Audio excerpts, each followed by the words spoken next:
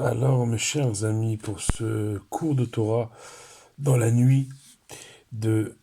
la nuit de jeudi à vendredi, pour tout vous dire, il est à ma montre 2 heures moins 10 moins 5 du matin. Je suis rentré de mon chiour de Guémara du jeudi soir qui a duré un peu plus longtemps.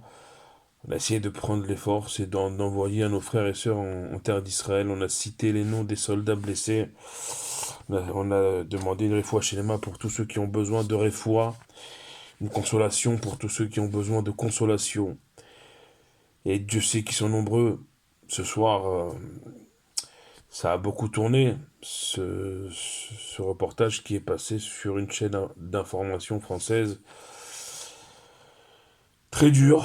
Mais nous, pendant ce temps-là, on était en train d'étudier la Torah. Et j'ai pas vu ce reportage. Nous, on a commencé notre chiour de Gemara au moment même où ça commençait. Donc on était en pleine étude et au Hachem, on a essayé d'envoyer un maximum de bonnes énergies, de bonnes bénédictions, de brachot et d'atténuer, autant faire se peut, d'atténuer. Je dirais que on est presque 3 mois après et ça passe toujours pas, ça passera jamais parce que parce que déjà on a encore 129 otages, parce que euh, il y a des soldats qui tombent tous les jours, parce que il y a des roquettes qui aujourd'hui se sont abattues en rafale, un- comme ils appellent un barrage de roquettes jusqu'au centre du pays, au-dessus de Tel Aviv, Yafo, Ashdod, où j'ai ma maman, où j'ai ma sœur, on a tous de la famille. Et je vous l'avoue vivement vivement que j'aille rejoindre ma famille et ma famille en Israël. Vivement que j'aille en Israël, pas que je veux vous quitter. De toutes les façons, en Israël, les cours continueront. Aujourd'hui, avec la technologie existante, peut continuer tout à fait à maintenir, et il faut maintenir plus encore quand je serai, si Dieu veut, Blinéder en Eretz Israël, maintenir plus encore là-bas la cadence de nos cours. Cette nuit, on est une nuit particulière parce on est une nuit qui précède un jeûne. Un jeûne qui se situe cette année dans un jour particulier, le vendredi, Yom HaShishi, le sixième jour, collé donc à Shabbat, avec à cela des halachot, des lois très précises, très particulières. C'est très rare de jeûner un vendredi parce que justement il y a la concomitance avec l'entrée du Shabbat qui est problématique pour le jeûne parce que, vous le savez, Shabbat on ne jeûne pas. Et donc il va falloir demain prier plus tôt. Et c'est une bonne chose aussi de faire rentrer Shabbat plus tôt, ça amène des brachot pour nos frères et sœurs en Israël, de manière à ce qu'on arrive à 17h42 pour Paris. Après, chacun vérifiera les horaires de sa ville ou de son pays. Arriver à manger la Séouda, le premier repas du Shabbat, et qui fera également office de repas qui marquera la fin du jeûne. De quel jeûne on parle pour que ce soit aussi important, pour que même à vendredi, on le maintienne. Eh bien, on parle bien sûr de ce jeûne du 10 Tevet, dont nous sommes entrés dans la date du 10 Tevet ce soir. Et demain, on va jeûner pour ce 10 Tevet. Qu'est-ce qui s'est passé le 10 Tevet, historiquement parlant? Les premières brèches dans les murailles de Yerushalayim, les premières brèches dans les murailles de Jérusalem par les armées babyloniennes à l'époque du premier temple, et à la même date, quelques siècles plus tard, par les armées romaines. D'un côté, on avait pour le premier temple les premières brèches qui ont été commises par l'armée de Nabucodonosor, et de l'autre, quelques siècles plus tard, pour le deuxième temple, les premières brèches dans les murailles de Jérusalem qui ont été faites par Titus et son armée.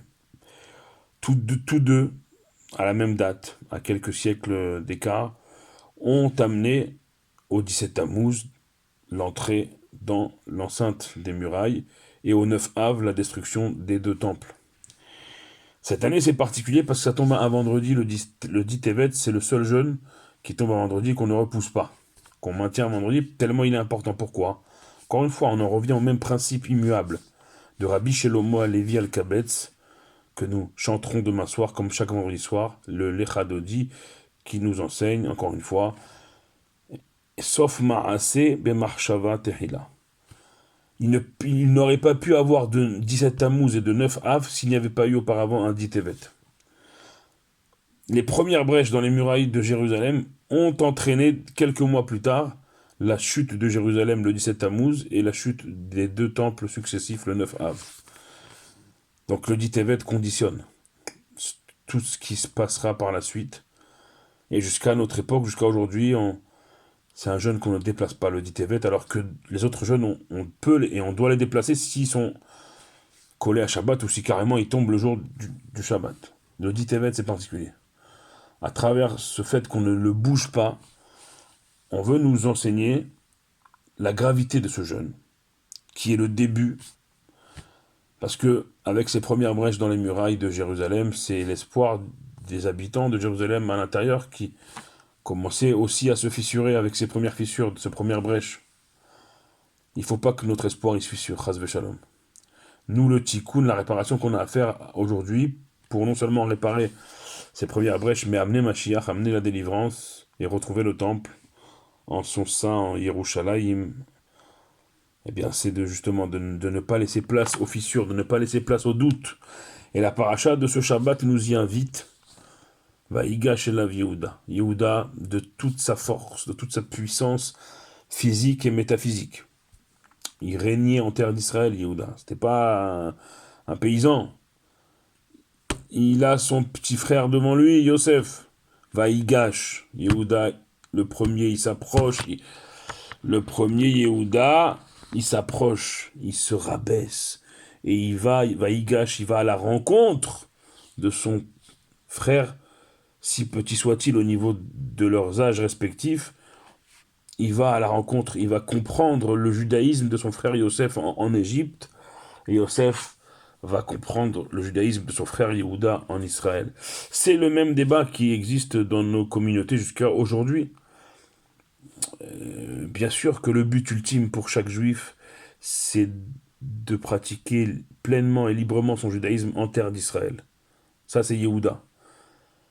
Yehuda, dans le même temps, a pu comprendre que Yosef, même hors de la terre d'Israël, et même dans ce qui était la diaspora à l'époque la plus basse au niveau des mœurs, au niveau de la morale, comme l'Égypte, qui était un pays de sorcellerie et de débauche, Yehuda a vu que son frère Yosef, même en Égypte, non seulement il est resté Yosef, mais il est devenu en Égypte Yosef Hatzadik, le seul qu'on a appelé Tzadik dans toute l'histoire. Donc l'un il a compris le judaïsme de l'autre, et l'un il a compris que Kol Israël Yeshlaem Chelek, que chaque juif il a une part dans le judaïsme et dans l'entité Israël, et que l'un a besoin de l'autre. Bien sûr que le but ultime, on l'a dit encore et on le répète, pour tout juif du monde entier, c'est d'arriver en terre d'Israël. Alors on espère qu'on pourra toujours le faire de gré et pas de force, ras v'shalom, parce que ce serait dans la précipitation, ce serait dramatique, mais chacun doit se réaliser, et quand un juif, il n'est pas comme nous on pense, on ne doit pas le rejeter, ras v'shalom, au contraire, vaïgash elav Yehuda, Yehuda il nous montre la voie. Même si c'est quelqu'un de plus jeune que nous, qui n'a pas du tout les mêmes opinions que nous. Combien on a vu en Israël, avant le 7 octobre, des divisions, et qu'aujourd'hui il a fallu attendre 1200, 1400 morts civils. On est à 500 militaires, je crois, ou 459, 460 militaires tombés depuis le 7 octobre, et 129, 130 depuis qu'ils sont rentrés dans Gaza. On l'a retrouvé, voilà. Il faut attendre ces chiffres-là, volonté nous arabim, malheureusement, pour enfin se réunir, enfin se rassembler, enfin faire union, faire unité, faire entité une et indivisible.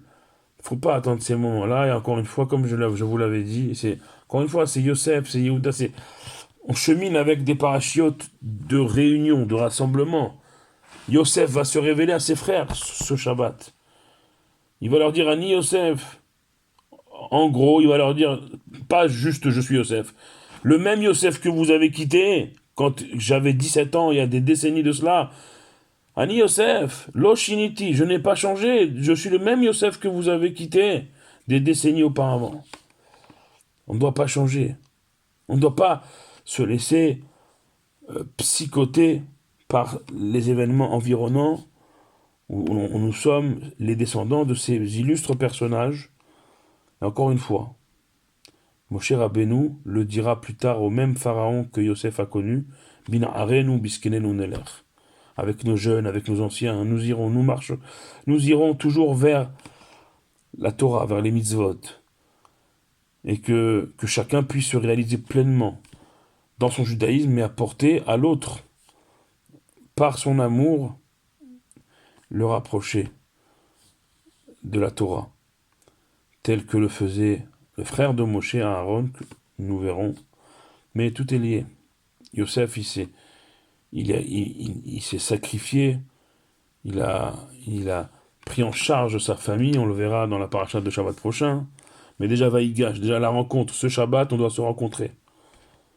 Ce Shabbat, en plus, qui plus est, faisant suite demain aux jeunes du dit Tevet avec la symbolique qu'on a évoquée au début de ce cours, on doit encore plus se rassembler pour faire tikkun, faire la réparation de ces premières brèches dans les murailles de Yerushalayim, et de faire venir dès demain, dès Shabbat, Mashiach, Tzidkenu, Bekarov, Mamash, retrouver le troisième Beth Amikdash à Yerushalayim, et revoir par la résurrection des morts tous nos disparus qui sont tombés, les revoir debout, vivants devant nous pour ne plus jamais les quitter. Amen. Kenir Hanson.